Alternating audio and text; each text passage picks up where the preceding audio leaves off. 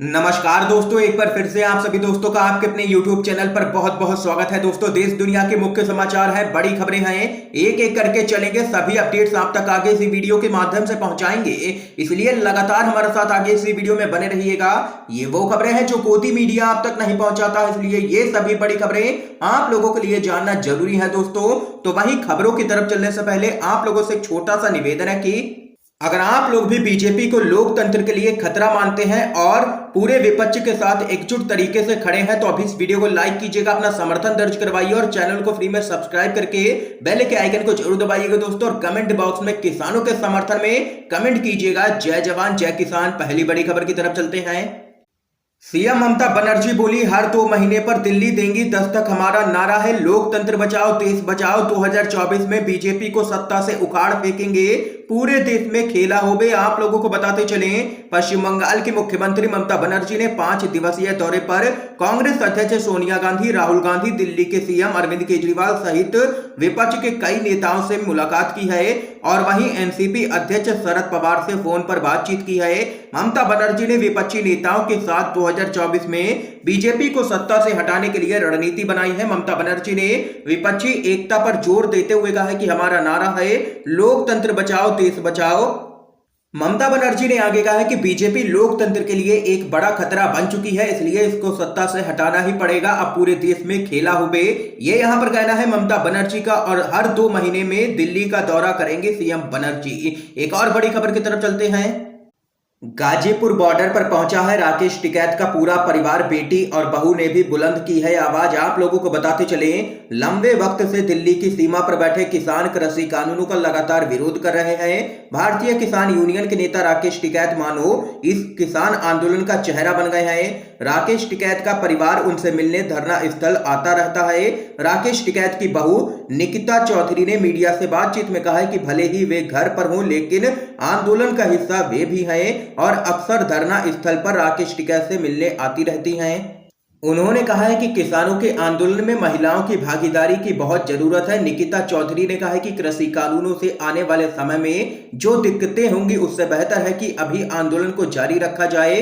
और वहीं राकेश टिकैत की बेटी ने बातचीत में कहा है कि जिन्हें लगता है कि किसानों को कृषि कानूनों की जानकारी नहीं है तो उनकी समझ सही नहीं है। किसानों को सब कुछ पता है कि कैसे इन कृषि कानूनों के जरिए किसानों को बर्बाद किया जाएगा और 2 से 3 उद्योगपतियों को फायदा पहुंचाया जाएगा। एक और बड़ी खबर की तरफ चलते हैं। भाजपा के विरोध प्रदर्शन के दौरान किसानों ने जमकर किया है हंगामा, भाजपा नेता के कपड़े फाड़े, पुलिस को करना पड़ा है लाठीचार्ज। आप लोगों को बताते चलें, राजस्थान के श्रीगंगानगर में किसानों ने भाजपा नेता कैलाश मेघवाल को यहां पर जबरदस्त तरीके से कूट दिया है और उनके कपड़े भी फाड़ दिए हैं। मेघवाल भाजपा की ओर से आयोजित एक धरने में शिरकत करने के लिए पहुंचे थे। पुलिस ने किसी तरह से बीच बचाव कर मेघवाल को मौके से निकाला और बीजेपी के नेता मेघवाल यहां पर अब धरना छोड़ करके मौके से फरार हो गए। आपको बता दें कि पंजाब के मलौट में भी ऐसी ही घटना सामने निकल के आई थी जब भाजपा के विधायक अरुण नारंग की पिटाई कर दी गई थी। तो यहां पर दोस्तों देख सकते हैं कि लगातार बीजेपी नेताओं और विधायकों का यहां पर विरोध किया जा रहा है किसानों के द्वारा और उनको जबरदस्त तरीके से अब तो कूटने की भी नौबत आ चुकी है। एक और बड़ी खबर आप लोगों को बताते चलें।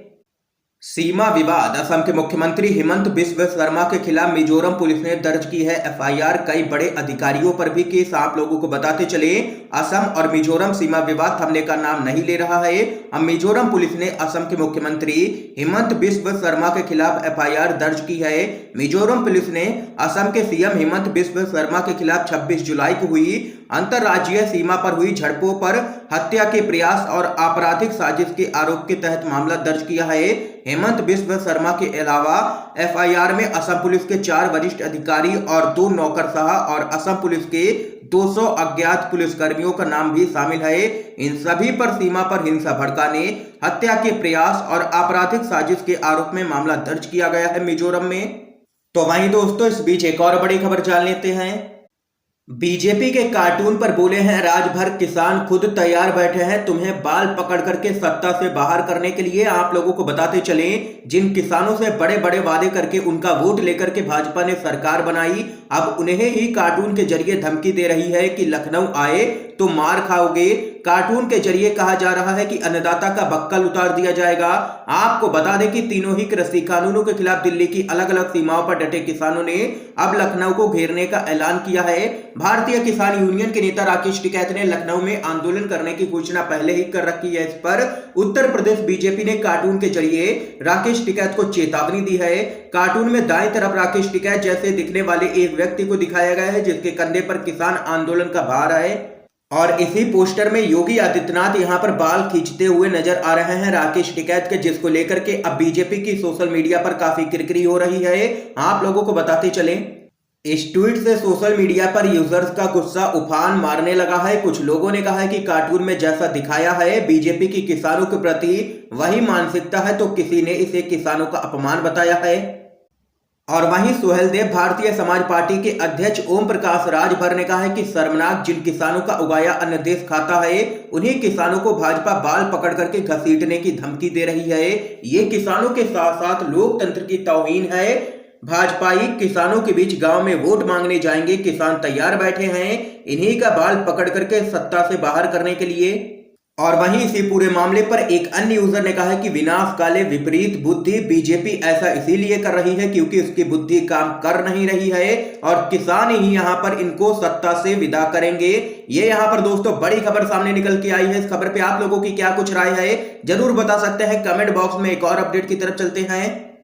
2024 लोकसभा चुनाव विपक्षी राजनीति को ताकत देगी, लालू और शरद पवार की मुलाकात। आप लोगों को बताते चलें, संसद के मानसून सत्र में विपक्ष के हमलों से परेशान मोदी सरकार और बीजेपी के नेताओं की परेशानी शायद लालू प्रसाद यादव और शरद पवार की मुलाकात की तस्वीर देख करके जरूर बढ़ी होगी। यह मुलाकात ऐसे वक्त में हुई है जब पश्चिम बंगाल की मुख्यमंत्री ममता बनर्जी अपने दिल्ली दौरे के दौरान विपक्षी दलों के नेताओं के साथ यहां पर ताबड़तोड़ मुलाकात कर रही थी। और वहीं चुनावी रणनीतिकार प्रशांत किशोर की शरद पवार के साथ मुलाकात और ममता बनर्जी का बीजेपी के विरोध में फ्रंट बनाने का आह्वान, इससे विपक्षी दलों की एकता की चर्चाओं को बल मिला है यहां पर।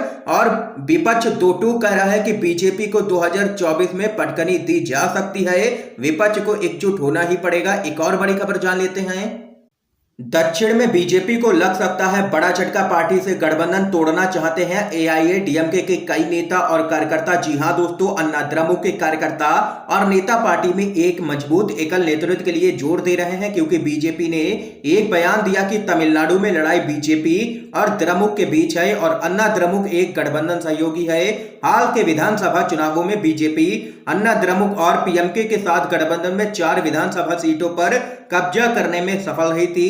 भगवा पार्टी अब इसे आगे ले जाना चाहती है और राज्य में एक बड़ी राजनीतिक ताकत बनना चाहती है, जिसको लेकर के अभी से ही सतर्क होती हुई नजर आ रही है एआईएडीएमके और बीजेपी से जल्द ही गठबंधन तोड़ने का ऐलान कर सकती है एआईएडीएमके। दोस्तों एक और बड़ी खबर आप लोगों को बताते चलें, राकेश अस्थाना को दिल्ली पुलिस आयुक्त बनाने के खिलाफ सुप्रीम कोर्ट में याचिका दाखिल, पीएम मोदी और अमित शाह को बनाया गया है प्रतिवादी। आप लोगों को बताते चलें, दिल्ली पुलिस कमिश्नर के रूप में राकेश अस्थाना की नियुक्ति को चुनौती देते हुए सुप्रीम कोर्ट में एक अवमानना याचिका दायर की गई है।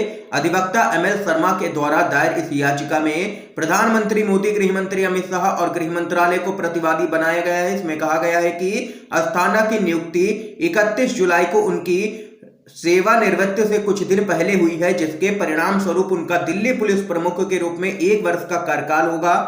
अवमानना याचिका में शर्मा ने दावा किया है कि अस्थाना की नियुक्ति 3 जुलाई 2018 को दिए गए शीर्ष अदालत के फैसले का पालन नहीं करती है। यह यहां पर खुले तौर पर सुप्रीम कोर्ट के आदेश का उल्लंघन है। मोदी सरकार ने उल्लंघन किया है, यहां पर यह याचिका में दावा किया गया है और इस पूरे मामले को लेकर के अब सुप्रीम कोर्ट में होनी है सुनवाई। एक और बड़ी खबर आप लोगों को बताते चले, 2021 में बंद होंगे 63 इंजीनियरिंग कॉलेज, 1.5 लाख सीटों की कटौती होगी। ये मोदी का न्यू इंडिया है। आप लोगों को बताते चले, भारत में विकास की गंगा उल्टी दिशा में बह रही है। जहां एक तरफ महंगाई बढ़ती जा रही है तो वहीं दूसरी तरफ रोजगार और शिक्षा के स्तर में तेजी से गिरावट आ रही है। देश में अब युवा के पास इंजीनियरिंग करने के भी कम अवसर बचे हैं। वर्ष 2021 में ही लगभग 63 इंजीनियरिंग संस्थानों के बंद होने की खबर सामने निकल के आई है। अनुमान है कि इस साल करीब 1.46 लाख इंजीनियरिंग सीटों की कटौती हुई है। तो ये है दोस्तों मोदी का न्यू इंडिया। एक और बड़ी खबर की तरफ चलते हैं। जातीय जनगणना के मुद्दे पर एकमत हुए हैं नीतीश कुमार और तेजस्वी यादव। पीएम मोदी से भी करेंगे मुलाकात। आप लोगों को बताते चले, बिहार विधानसभा में नेता प्रतिपक्ष तेजस्वी यादव ने दावा किया है कि मुख्यमंत्री नीतीश कुमार जाति आधारित जनगणना का मुद्दा प्रधानमंत्री नरेंद्र मोदी के समक्ष उठाने के लिए सैद्धांतिक तौर पर सहमत हो गए हैं। तेजस्वी यादव ने विधानसभा स्थित मुख्यमंत्री से उनके कक्ष में मुलाकात करने के बाद पत्रकारों से बातचीत में उक्त बात कही है। देख सकते हैं दोस्तों, जातीय जनगणना के मुद्दे पर एकमत होते हुए नजर आ रहे हैं नीतीश कुमार और तेजस्वी यादव। आज की दोस्तों इस समय की तमाम बेहद बड़ी खबरें हमने आप लोगों तक पहुंचाई हैं यू एंड वीडीवी के माध्यम से। अगर आप लोगों को ये वीडियो पसंद आया हो तो लाइक कीजिएगा, वीडियो को ज्यादा से ज्यादा शेयर कीजिएगा और चैनल को अभी सब्सक्राइब करके बेल के आइकन को जरूर दबाइए। वीडियो देखने के लिए दोस्तों आप सभी का बहुत बहुत धन्यवाद।